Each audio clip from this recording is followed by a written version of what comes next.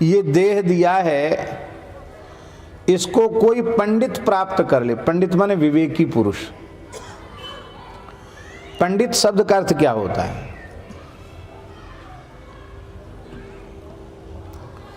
पंडा शब्द से पंडित शब्द बनता है। मूल में शब्द क्या है? पंडा। पंडा किसको कहते हैं?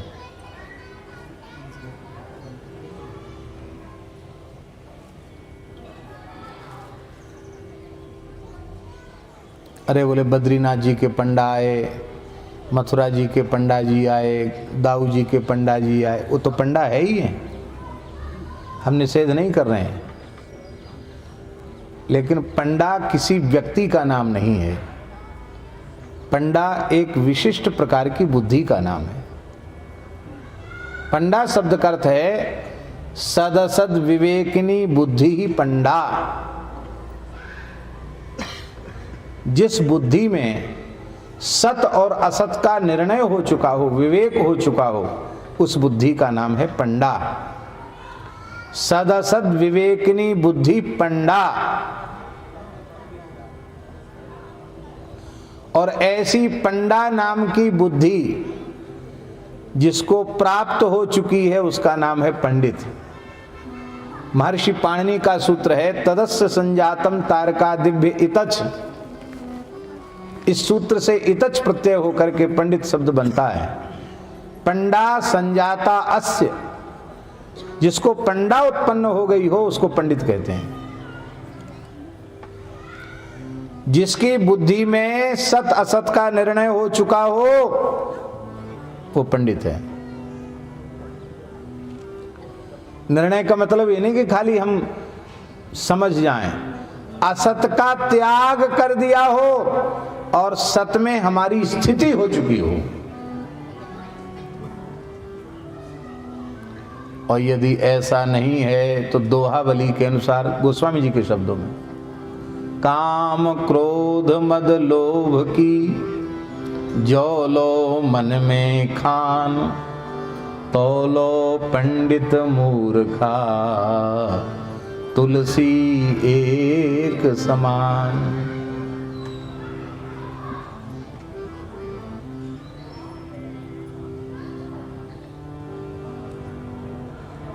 पंडितो बंधमोक्षविद, बंधन और मोक्ष को जानने वाला पंडित है। इसी बुंदेलखंड की घटना है।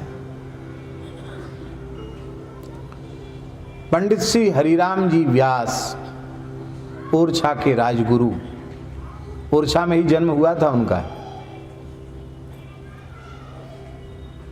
मधुकर शाह जी के गुरुदेव प्रकांड पंडित थे। वो व्यास नहीं थे, वो शुक्ल थे। हरिराम व्यास जी शुक्ल थे। उनके पिताजी का नाम था पंडित श्री सुमोखनजी शुक्ल। बोले शुक्ल से व्यास कैसे हो गए? हरिराम व्यास जी काशी पढ़ने गए थे। इस बात को सब लोग नहीं जानते। यहां तो केवल नेतागिरी वाले लोग इतना ही जानते कि पकौड़ी खा लिया था उन्होंने, बस हैं, डलिया से पकौड़ी खा ली, इतने ही लोग जानते और कुछ नहीं जानते यहाँ के लोग।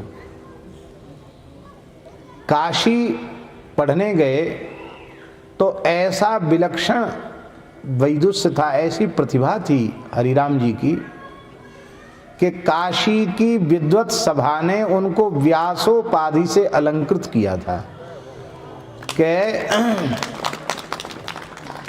सनातन धर्म के रहस्यों को समझने वाला इनके जैसा, या तो कृष्ण द्वैपायन व्यास जी या ये, इसलिए उनको व्यास उपाधि से अलंकृत किया। और इतने बड़े विद्वान व्यासोपाधि से विभूषित होकर के जब वे वहां से आए, अपना अध्ययन संपन्न करके आए, तो यहाँ राजकीय स्वागत हुआ उनका। और फिर ये कहा गया कि अब दिग्विजय यात्रा होनी चाहिए, शास्त्रार्थ की दिग्विजय यात्रा। तो हरिराम जी व्यास दिग्विजय यात्रा करते हुए वाराणसी आए थे।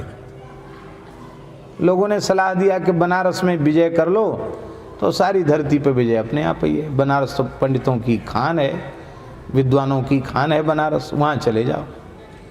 तो मन में सोचा, कहा छोटे मोटे से अटकेंगे, सीधे काशी चलते हैं। काशी चले गए, हाथी घोड़ा सब थे उनके साथ, राजकीय व्यवस्था में गए थे वो वहाँ तक। और इनके वैदुष्य से काशी के लोग इतने अधिक प्रभावित थे और उद्विग्न भी थे कि इतना बड़ा प्रकांड विद्वान है, न्याय व्याकरण वेदांत आदि कोई ऐसा विषय नहीं है षडंग वेद का जिसकी ये चूड़ांत विद्वान ना हो। कहीं हार गए तो काशी की नाक कट जाएगी। तो विश्वनाथ जी से प्रार्थना की कि प्रभु ऐसा कुछ करो कि ये बिना शास्त्रार्थ के वापस चले जाएं।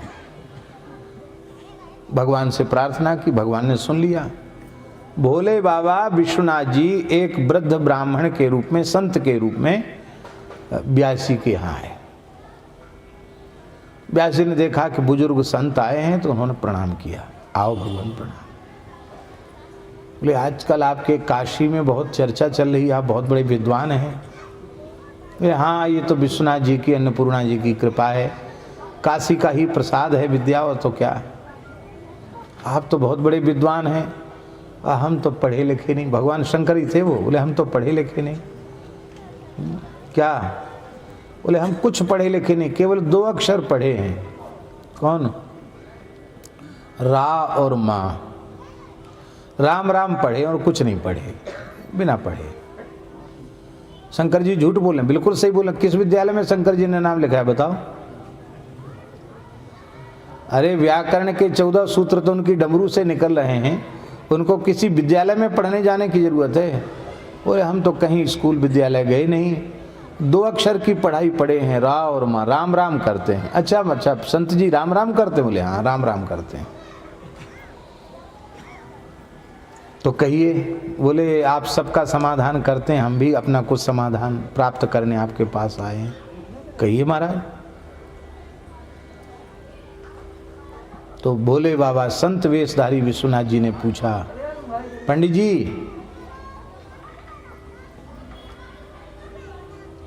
विद्या का फल क्या है? आपने कहा विद्या का फल विवेक की प्राप्ति है। विद्या का फल विवेक है। शंकर जी ने पूछा विवेक का स्वरूप क्या है? तो विवेक का स्वरूप है कि बुद्धि में ठीक ठीक निर्णय हो जाना कि यह सत्य है और यह असत्य है।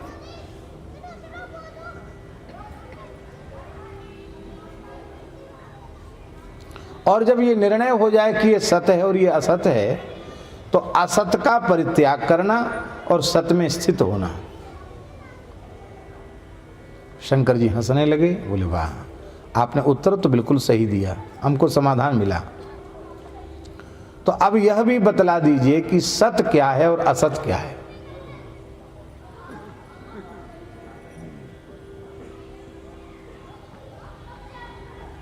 व्यास जी ने कहा सत्यम ज्ञानम अनंतम ब्रह्म। सच्चिदानंद भगवान के अतिरिक्त और कोई सद्वस्तु, भगवत अतिरिक्त और कुछ भी सत्य नहीं है। सत्यम परम धीमहि। सत स्वरूप भगवान है, भगवान के अतिरिक्त सब असत है। उनकी उपासना, उनकी आराधना, उनका स्मरण, यही सत्य है। और व्यास जी ने हंसते हुए कहा अरे आप तो बड़े बूढ़े हैं, जानते ही हैं, हमारे यहाँ कोई मर जाता है तो लोग कहते हैं राम नाम सत्य है, राम नाम सत्य है। शंकर जी ने कहा तब तो आप बहुत बड़े शास्त्रों के मर्मज्ञ विद्वान हैं, महापंडित हैं, तब तो आपने असत का त्याग करके सत को ग्रहण कर लिया होगा। जब यह बात कही तो व्यास जी मौन हो गए। कहिए पंडित जी। व्यास जी ने कहा कि अभी हम समझ तो गए हैं पर अभी असत का त्याग नहीं कर पाए हैं। शंकर जी बोले फिर पढ़ने लिखने से क्या लाभ हुआ? ये मान बड़ाई पद प्रतिष्ठा सूकरी विष्ठा इसके संग्रह में आप लगे हुए हैं, भगवान के भजन में नहीं लगे हैं, और ये शास्त्रार्थ में ब्राह्मणों को अपमानित करके परास्त करके थोथे अहंकार का पोषण करना चाहते हैं। तो अब तक तो हम सोचते थे कि पढ़ना लिखना जरूरी है, लेकिन अब हमारी समझ में आ गया कि आपसे अच्छे तो हम बिना पढ़े लिखे ही ठीक हैं। कम से कम किसी से लड़ते झगड़ते नहीं हैं, किसी को जीतने हराने की इच्छा नहीं रखते, अपने प्रेम से राम राम करते हैं। तो आपने आप तो असत को बटोर रहे हो, उस सत को आप छोड़े हुए हो, तो आप कैसे विद्वान, आप कैसे पंडित? व्यास जी की आंखें खुल गई। ये संत वेश में पधारे हुए कोई सामान्य महापुरुष नहीं है, ये तो हमारी आंख खोलने आए, हमको जगाने आए हैं। और व्यास जी ने उन संत के चरणों में अपना मस्तक रख दिया। कहा भगवान आप मेरे ऊपर कृपा करने के लिए पधारे हुए कोई दिव्य महापुरुष हैं, आप छद्मवेश में आए हैं, आप अपने स्वरूप का परिचय करावें। जैसे ही आर्त भाव से प्रार्थना की, तत्काल भूत भावन भगवान विश्वनाथ त्रिशूल डमरू लेकर के प्रकट हो गए। साक्षात विश्वनाथ जी प्रकट हो गए और सिर पर हाथ रखकर कहा तुम तो श्री कृष्ण की राधा रानी की प्राण सखी विशाखा के अंशावतार हो, तुम रस भक्ति का प्रचार करने आए हो, तुम ये शास्त्रार्थ बटोर करके थोथी प्रतिष्ठा बटोरने नहीं आए हो। जाओ वृंदावन जाओ, भजन करो। शिव जी अंतर्धान हो गए और आप बिना शास्त्रार्थ किए ही ओरछा लौट आए और ओरछा में आकर आप भजन में लग गए, बाद में फिर वृंदावन गए। ये बात तो सत असत का निर्णय जिसकी बुद्धि में हो गया हो, असत को त्याग करके सत को ग्रहण कर लिया हो, उसको पंडित कहते हैं।